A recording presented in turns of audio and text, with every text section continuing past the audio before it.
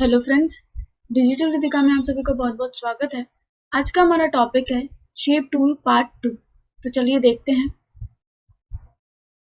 यहाँ पर सबसे पहले मैं दो ऑब्जेक्ट ले लेती हूँ। ये एक स्क्वायर मैंने ले लिया है और यहाँ से एक सर्कल भी ले लिया है। इनमें अपन कलर फिल कर देते हैं और इसको कन्वर्ट कर देते हैं कर्व में। कर्व में कन्वर्ट करने के लिए हमने देखा था शेप टूल पार्ट 1 में कंट्रोल क्यू से कर्व किया जाता है। ये मैंने दोनों ऑब्जेक्ट को कर्व कर दिया है। अब जैसे ही मैं क्लिक करूंगी और शेप टूल पर जाऊंगी तो ये प्रॉपर्टी बार हमारा चेंज हो गया। शेप टूल के पार्ट 1 के वीडियो में हमने कन्वर्ट टू कर्व तक का कवर कर लिया था वीडियो। तो अब हम नेक्स्ट टॉपिक यहाँ से स्टार्ट करेंगे कास्प नोड से। तो चलिए देखते हैं कैसे यूज किया जाता है इसका। ये एक सर्कल लिया मैंने। सर्कल के ऊपर सर्कल को कन्वर्ट टू कर्व करने के बाद आप देख रहे होंगे कि जब मैं इसको कर्व कर रही हूँ तो ये कुछ इस तरह से हो रहा है। अब अगर मैं चाहती हूँ कि किसी भी साइड से अगर मैं कर्व करना चाहूँ तो वो प्रॉपर तरीके से हो, किसी भी एक साइड से हो, तो सबसे पहले मैं पॉइंट को सिलेक्ट करूंगी और सिलेक्ट करने के बाद मैं जाऊंगी कस्प नोड। जैसे ही मैं कस्प नोड पर जाऊंगी तो आपको देखने को मिलेगा कि मैं किसी भी तरह से इसको कर्व कर सकती हूँ। तो देखिए, किसी भी तरीके से आप इसको कर्व कर सकते हैं। इस तरह से आप यहाँ पे चाहें तो एक दिया भी बना सकते हैं या आप इसको एक फूल में भी कन्वर्ट कर सकते हैं। आप जैसा चाहें वैसे डिज़ाइन यहाँ से दे सकते हैं। अभी आप देख पा रहे होंगे कि ये इस तरह से हो रहा है। तो अगर आप इसको चेंज करना चाहते हैं तो यहाँ से इसको चेंज कर सकते हैं। यहाँ पर जाकर कस्प नोड लेंगे और फिर ये देखिए इस तरह से आप इसको चेंज कर सकते हैं। तो ये आपको समझ में आ गया होगा कि ये किस तरह से काम करता है। तो इसको मैं साइड कर देती हूँ। फिर हमारा नेक्स्ट जो टॉपिक है वो है smooth nodes and symmetrical nodes. सबसे पहले स्मूथ नोड्स देखते हैं कि किस तरह से काम करता है। यहाँ पे एक सर्कल भी ले लेते हैं और इसको कन्वर्ट टू कर्व करते हैं। चलिए देखते हैं। जैसे मैंने शेप टूल लिया, शेप टूल में हम देख रहे हैं स्मूथ नोड्स। अब यहाँ पे मैं एक पॉइंट सिलेक्ट करती हूँ। अब जब आप रेक्टेंगल पर काम करेंगे तो आपको इसको कन्वर्ट टू कर्व करना पड़ेगा। यहाँ से आप कन्वर्ट टू कर्व कर देंगे, कर्व में कन्वर्ट कर देंगे, तब आपके ये दोनों पॉइंट्स हाईलाइट होंगे। लेकिन जब आप सर्कल के ऊपर काम कर रहे हैं और आप किसी पॉइंट को सिलेक्ट करेंगे तो ये पॉइंट्स आपके ऑटोमेटिकली हाईलाइट होने हैं। तो स्मूथ नोड्स पे हम जाएंगे तो यहाँ से आप कोई भी एक साइड उठाकर अगर स्ट्रेच करेंगे तो आपको देखने को मिलेगा कि ये स्मूथ हो रहा है आपका। तो ये आपको समझ में आ गया होगा। फिर अगर मैं इसको करूँगी तो यहाँ से मैंने एक पॉइंट सिलेक्ट किया और स्मूथ नोड पे जाऊँगी। तो इस तरह से आप कर सकते हैं। इनसे आप अलग अलग किसी भी तरह के डिज़ाइन बना सकते हैं जैसा भी आप चाहें। ये अब मैं अगर चाहूँ तो इसका पॉइंट मैं यहाँ पर उठा कर रख दूँगी और यहाँ से इसको रोटेट कर सकती हूँ। तो इस तरह के डिज़ाइन आपके बन सकते हैं। ये फिर इसके बाद जो है हमारा वो है सिमेट्रिकल नोड्स। तो चलिए देखते हैं ये किस तरह से काम करता है। यहाँ पर मैं एक और सर्कल ले लेती हूँ और एक रेक्टेंगल भी ले लेती हूँ। इसमें हम कलर फिल करते हैं और दोनों को कन्वर्ट टू कर्व कर देते हैं। तो चलिए देखते हैं किस तरह से काम होता है। इसके बाद है हमारा सिमेट्रिकल नोड। अब यहाँ पर मैं एक पॉइंट सिलेक्ट करती हूँ तो आप देख रहे होंगे कि ये तीनों चीज़ें आपकी हाईलाइट नहीं हुई। तो सबसे पहले आप इसको कर्व कर दीजिए। अब देखिए आपका ये पॉइंट हाईलाइट होने लग गया। तो जैसे ही आप सिमेट्रिकल नोड पे क्लिक करेंगे तब यहाँ पे आपका स्मूथ हो रहा है। लेकिन जैसे ही आप सर्कल के ऊपर सिमेट्रिकल नोड को क्लिक करेंगे तो आपको देखने को मिलेगा ये दोनों साइड से इक्वली आपका प्रेस होगा। ये मैंने सिलेक्ट किया और ये सिमेट्रिकल नोड। तो ये देखिए ये दोनों साइड से इक्वली आपका डिज़ाइन होगा, दोनों साइड से इक्वली आपका स्ट्रेच होगा। तो ये इस तरह से काम करता है। फिर इसके बाद है कन्वर्ट टू कर्व कर देते हैं यहाँ से। फिर इसके बाद जो टॉपिक है आपका वो है रिवर्स डायरेक्शन। तो चलिए देखते हैं ये किस तरह से काम करता है। इसके लिए हम एक सर्कल ले लेते हैं, इसमें आपको ठीक से समझ में आएगा कि मैंने एक सर्कल लिया, को कन्वर्ट टू कर्व कर देते हैं और ये मैं सिलेक्ट करती हूँ। अब मान लीजिए मेरे को पहले इसको मैं एक बार ब्रेक करती हूँ, यहाँ से इसको ब्रेक कर देंगे कर्व को, तो ये 2 पार्ट्स में हो गया। अब अगर मेरे को ये पॉइंट्स को रिवर्स करना है, यानी कि मैं चाहूँ तो इसको यहाँ से डिलीट कर सकती हूँ इस तरह से। ये अगर पॉइंट डिलीट करना है तो ये यहाँ से हो जाएगा, अगर ये पॉइंट डिलीट करना है तो ये यहाँ से हो जाएगा, ये देख रहे होंगे आप। लेकिन इसमें एक ऑप्शन आया हुआ है रिवर्स सिलेक्शन, तो आप रिवर्स डायरेक्शन में भी इसको कर सकते हैं। तो इसके जो पॉइंट है ये चेंज हो जाएगा। ये आप वैसे भी कर सकते हैं, अगर आप यहाँ से करना चाहते हैं तो यहाँ से भी कर सकते हैं। तो चलिए आगे बढ़ते हैं। फिर आपका टॉपिक है एक्सट्रैक्ट सबपाथ। तो चलिए देखते हैं एक्सट्रैक्ट सबपाथ क्या काम करता है। एक्सट्रैक्ट सबपाथ देखते हैं किस तरह से आपका काम करता है। तो सबसे पहले हम यहाँ पे इस सर्कल को पूरा कर लेते हैं, या कोई और ऑब्जेक्ट ले लेते हैं सर्कल के अलावा। तो चलिए फ्रेंड्स देखते हैं एक्सट्रैक्ट सबपाथ पे किस तरह से काम होता है। सबसे पहले हम यहाँ पर एक ऑब्जेक्ट ले लेते हैं, ये इस तरह से, और इसमें कोई भी कलर फिल करते हैं। अब इसकी लेयर्स अलग अलग दिखाने के लिए मैं यहाँ पे एक और ऑब्जेक्ट ले लेती हूँ, ये इस तरह से, और इसमें भी हम कोई कलर फिल कर देते हैं ये। अब यहाँ पर हम इसको थोड़ा सा ड्रैग कर देंगे और कंट्रोल डी प्रेस करेंगे। कंट्रोल डी से डुप्लीकेट होता चला जाता है। पूरे ऑब्जेक्ट को सिलेक्ट करके यहाँ से ट्रिम कर देंगे। जैसे आप ट्रिम करेंगे तो ये जो एक्स्ट्रा लेयर है ब्लू कलर की, इनको हम डिलीट कर देते हैं। तो अब देखिए आपका एक अलग ही डिजाइन बन गया है।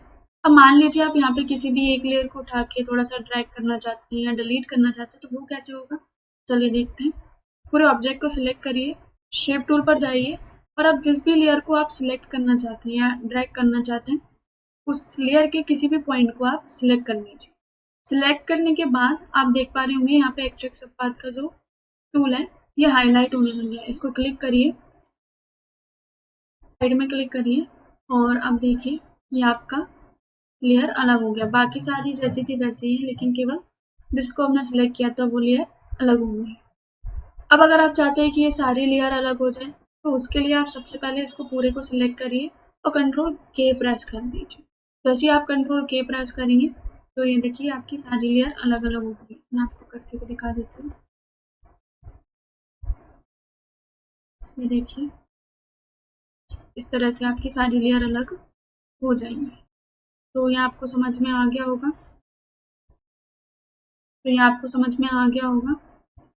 तो इसको हम डिलीट कर देते हैं।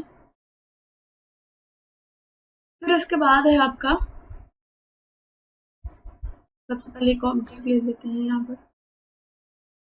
फिर इसके बाद हम इसको कंट्रोल क्यू प्रेस कर देंगे और शेप टूल पर जाएंगे।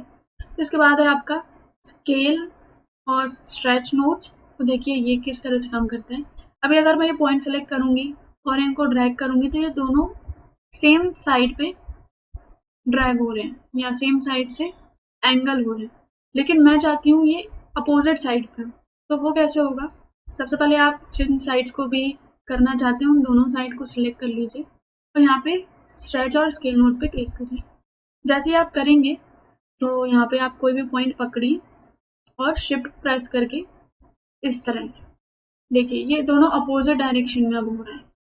तो ये आपको समझ में आ गया होगा कि किस तरह से काम हो रहा है। ये जिस भी पॉइंट से आप करना चाहते हैं आप उस पॉइंट से कर सकते हैं।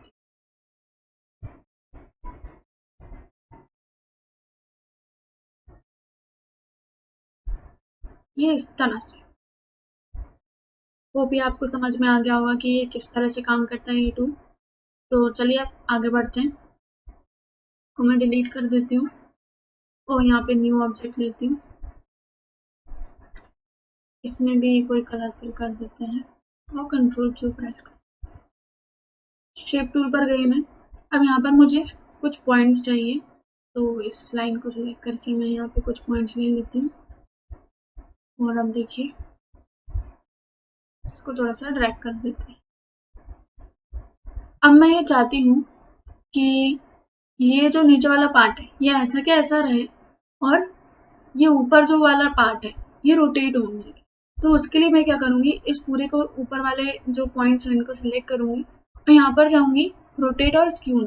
इस पर जैसे ही क्लिक करूंगी तो आपके पास ये रोटेट के लिए आ जाएगा, रोटेट के लिए आ जाएगा।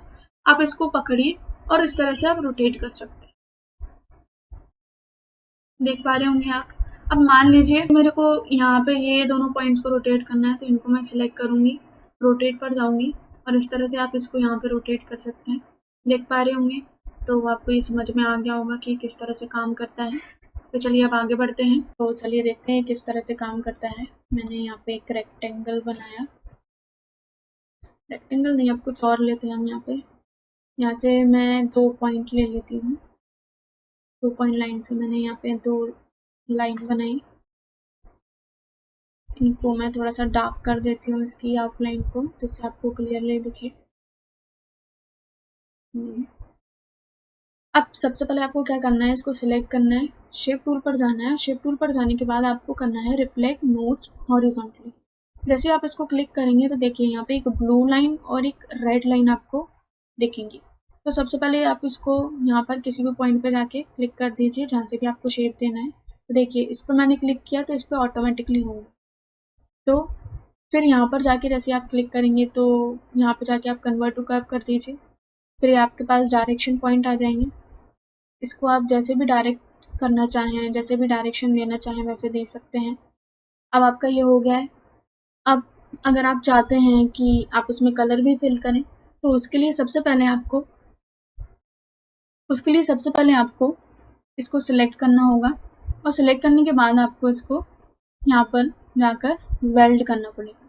जैसे ही वेल्ड किया फिर उसके बाद सिलेक्ट करिए, शेप टूल पे जाइए और शेप टूल पे जाने के बाद आप जिस भी पॉइंट को करना चाहते हैं, तो इन दोनों पॉइंट्स को मैंने सिलेक्ट किया और यहाँ पर जाकर मैंने इसको ज्वाइन कर, इन पॉइंट को भी इसी तरह से मैंने यहाँ से ज्वाइन कर दिया। तो आपकी लीव बन गई। अगर आप इस तरह से बनाना चाहते हैं तो ये भी कर सकते हैं। अगर आप एक फ्लावर पॉट बनाना चाहते हैं तो यहाँ से हम इसको एक्सटेंड कर देंगे इस तरह से, तो ये आपका फ्लावर पॉट जैसा कुछ बन जाएगा। ये आपको समझ में आ गया होगा। तो चलिए नेक्स्ट टॉपिक देखते हैं हमारा रिफ्लेक्ट नोड वर्टिकली। तो चलिए देखते हैं किस तरह से काम करेगा ये। यहाँ पे मैं फिर से 2 लाइन लेती हूँ, ये हमारी 2 लाइन और इनको मैं थोड़ा सा आउटलाइन इनकी ज़्यादा कर देती हूँ जिससे आपको शो हो। इनको सिलेक्ट करेंगे, शेप टूल पर जाएंगे और यहाँ पे पहले हमने रिफ्लेक्ट नोड हॉरिजॉन्टली लिया था, अब हम वर्टिकली लेंगे। जैसे आप इस पर क्लिक करेंगे तो वही आपके पास ब्लू एंड रेड कलर की लाइट है। तो यहाँ से हम किसी भी पॉइंट को आप सिलेक्ट करिए। सिलेक्ट करने से पहले यहाँ पे हम सेम सिंगल क्लिक करेंगे और सिंगल क्लिक करने के बाद कन्वर्ट टू कर्व कर देंगे। तो देखिए आप ये सेम डायरेक्शन में कर्व हो रहा है इस तरह से।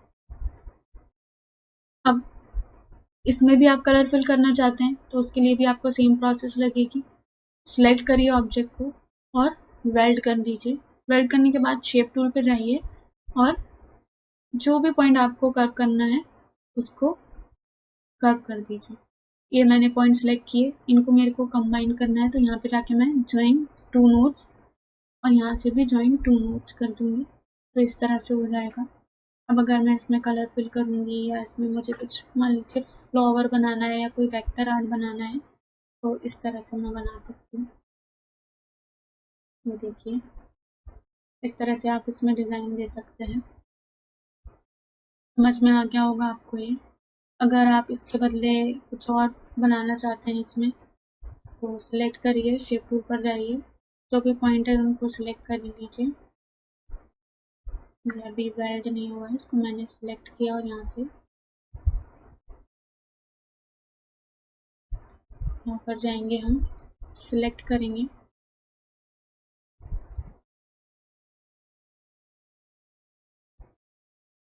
फिर सिलेक्ट करेंगे हम यहाँ पे शेप टूल पर जाएंगे और यहाँ पर जाकर हम इसके जो भी पॉइंट्स हैं उनको सिलेक्ट कर लेंगे और यहाँ से हम क्लोज कर्व या एक्सटेंड कर देंगे उसको। सिलेक्ट किया मैंने यहाँ से और क्लोज कर्व कर दिया, तो आपका इस तरह से हो रहा है। फिर आपको समझ में आ गया होगा, तो अब मैं इसको डिलीट कर देती हूँ। फिर इसके बाद जो हमारा टॉपिक है उसको लेने से पहले मैं यहाँ पर एक बाइजर टूल से इस तरह की लाइन बना लेती हूँ। ये मैंने लिया। शेप टूल पर मैं जाऊंगी। शेप टूल पर जाने के बाद आपको यहाँ पर दिखेगा elastic node and select all nodes.